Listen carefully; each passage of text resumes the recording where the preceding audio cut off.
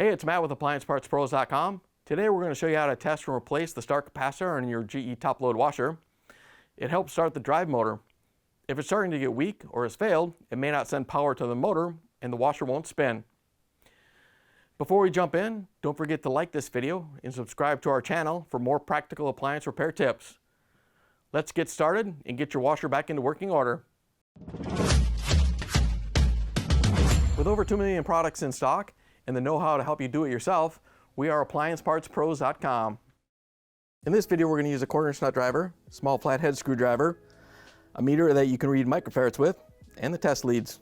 Safety should always come first, so make sure to unplug the washer or turn off the circuit breakers to avoid electrocution. Go around back and use the 1/4" nut driver to remove the access panel. Once you have the screws out, you just kind of lift up on the bottom and slide it to the right to release the locking tabs. Once you have it off, you can set it aside. The start capacitor is over here on the right-hand side. Capacitors can hold a charge, so you'll want to be careful not to touch the terminals until it's discharged. Remove both wire connectors and take the 1/4" nut driver and use the metal end to touch both terminals at the same time to make sure it's discharged. You can do it once or twice just to be sure. To test the start capacitor, you'll need a multimeter that reads microfarads. So set the meter to microfarads. You can see here on the start capacitor that it should have 60 microfarads plus or minus 5%.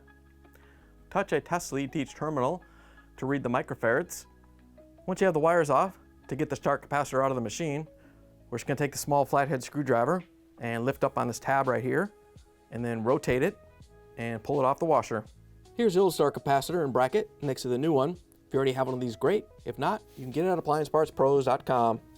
Before you put the new start capacitor in, we're going to put it on the bracket. You want to make sure you line up the wire terminals with the locking tab and snap it into the bracket. And then we're just going to line up the mounting bracket with the opening in the cabinet, set it in place and turn it so it locks in place. Once you have it in there, we can reconnect the wires. Then grab the access panel and line up the locking tabs. Slide it to the left and use the 1/4" nut driver to put the screws in. Once you have the washer put back together, you can plug it back in and take it for a spin. Great job replacing the start capacitor on your GE top-load washer. We hope this guide has helped you fix the washer that wasn't spinning. We'd love to hear how your repair went, so feel free to leave a comment below. If you find you still need a start capacitor, you can visit AppliancePartsPros.com with your model number. Most orders will arrive within just a few days. Thank you for letting us assist you with your repair. See you next time.